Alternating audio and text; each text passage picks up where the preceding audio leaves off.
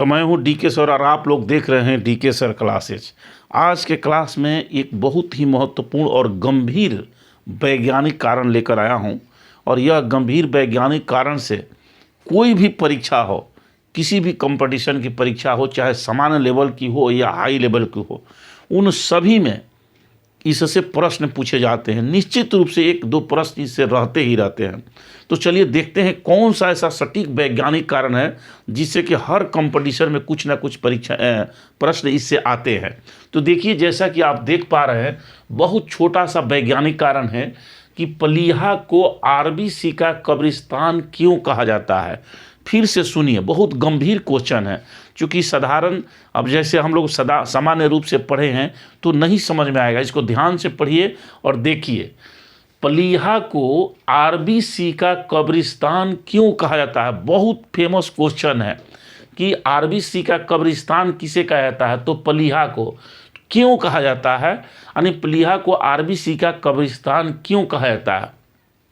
तो देखिए, कब्रिस्तान का मतलब समझिए। कब्रिस्तान का मतलब क्या, जब आदमी, हम लोग धर्मों में अलग अलग है, जब हम लोग मर जाते हैं तो मरने के बाद हमारे शरीर को ले आकर के वहाँ पर कब्रिस्तान में गड़ा जाता है, खाक किया जाता है, यानी हमारे बॉडी को वहाँ पर ख़त्म किया जाता है। तो इसी तरह से समझ लीजिए कि जो आरबीसी है ना, यह जा कर के इसी पलीहा में जा कर के इसके जीवन की समाप्ति हो जाती है।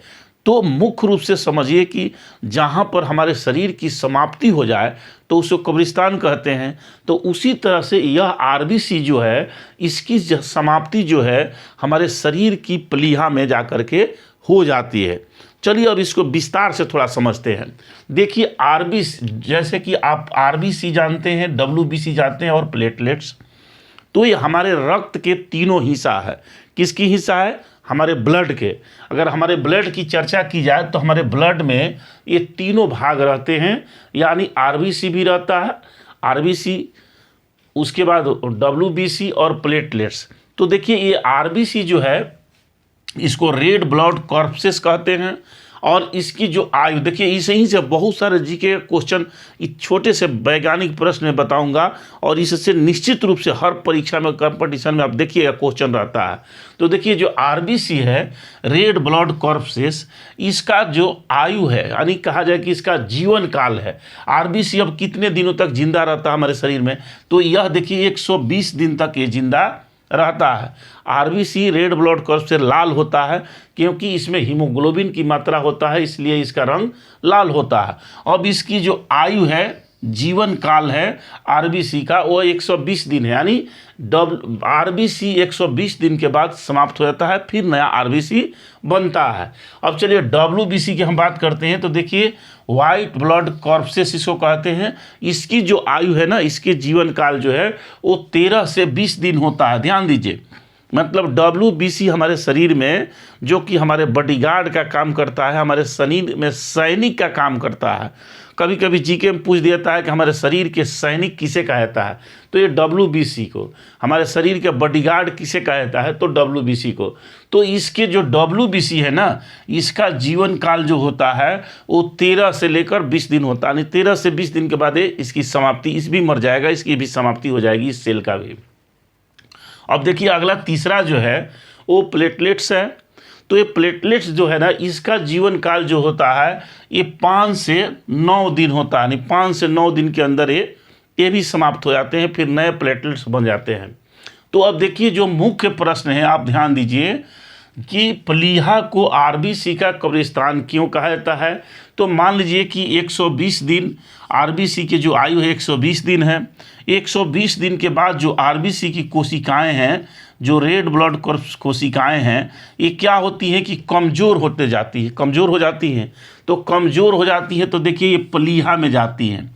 अब कहिएगा सर पलीहा कहाँ रहता है, तो हमारे शरीर के बाएं साइड, देखिए यहाँ हमारे शरीर के बाएं साइड, यहाँ देखिए हमारे शरीर के बाएं साइड में जो हमारी 9वीं और 10वीं की पसली होती है, पसलियाँ, तो आप याद रखिए इसको, हमारी 9वीं 10वीं जो पसलियाँ होती है ना, हमारे जो सीना है, सीना जानते हैं कि इसमें जो पसलियाँ होती हैं जो हमारे शरीर के आंतरिक अंगों को, हार्ट को और सबको सुरक्षित बचा कर रखती हैं, इसको केज कहते हैं। तो यह पसलियाँ जो होती है तो 9वीं और 10वीं पसलियों के बीच में एक मुट्ठी की तरह, जैसे हम लोग की ये मुट्ठी है, इस मुट्ठी की तरह यहाँ 9वीं 10वीं पसलियों के बीच में एक अंग होता है जिसका नाम है पलीहा। जिसका नाम क्या है? पलीहा। याद रखिए, ये कहाँ होता है? तो हमारे शरीर के जो पसलियाँ हैं, जिसको हम लोग बत्ता कहते हैं, है बत्ता जो, तो इसके 9वीं और 10वीं पसलियों के बीच में ही होता है मुट्ठी की तरफ पलीहा। अब जब आरबीसी की कोशिकाएं 120 दिन के बाद जब कमज़ोर हो जाती हैं, ये धीरे धीरे आती हैं कहाँ पर? पलीहा में, और यहीं पर आकर क्या हो जाती हैं? ये समाप्त हो जाती हैं, यानी मर जाती हैं। और फिर इनके मरे हुए जो पदार्थ, अपशिष्ट पदार्थ है जो इससे निकलता है, उसको पलीहा क्या करता है कि फिर हमारे शरीर में इसको भेजता है रक्त में, रक्त के माध्यम से होते हुए चला जाता है आपका किडनी में, और किडनी में जाकर के छन कर शरीर से बाहर निकल जाता है।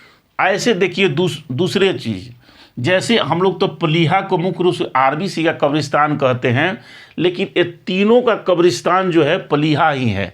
अब डब्ल्यूबीसी भी जो है ना, यह भी जाकर जो इसका भी नष्ट होता है, ये भी जाकर पलीहा में भी नष्ट होता है, लेकिन साथ ही साथ ये यकृत में भी नष्ट होता है, साथ ही साथ यह क्या है? रक्त नलिकाओं में भी नष्ट होता है। तो आरबीसी जो है, आरबीसी वो मुख्य रूप से पलीहा में नष्ट होता है, और डब्ल्यूबीसी है वो रक्त नलिकाओं में ही हमारे शरीर में प्रवेश करने वाले बैक्टीरिया से, वायरस से लड़ते हुए ही समाप्त हो जाता है, क्योंकि इसका उम्र तो 13 से 20 दिन होता है। दूसरा चीज़ कि वो पलीहा में भी आकर के डब्ल्यूबीसी कुछ समाप्त हो जाता है, और कुछ यकृत में आकर समाप्त हो जाता है। तो इस तरह से तीनों जगह समाप्त होता है। अब देखिए प्लेटलेट्स जो है, इसकी आयु जो है वो 5 से 9 दिन है, ये भी आकर के पलीहा और यकृत में ही समाप्त हो जाते हैं। देखिए एक और बहुत बढ़िया चीज़ है कि इस पलीहा को हम लोग ब्लड बैंक भी कहा जाता है। इसको ये भी याद रखिएगा एक चीज़ कि किसको ब्लड बैंक किसको कहा जाता है, तो पलीहा को ही ब्लड बैंक कहा जाता है। तो यही मुख्य रूप से आज इसका निष्कर्ष रहा कि जो है आरबीसी है या डब्ल्यूबीसी है या प्लेटलेट्स है, इसका अंत आकर के इस पलीहा में हो जाता है, यानी यह सेल आकर यहीं टूट करके बिखर जाता है। इसलिए पलीहा को आरबीसी का कब्रिस्तान कहा जाता है। धन्यवाद।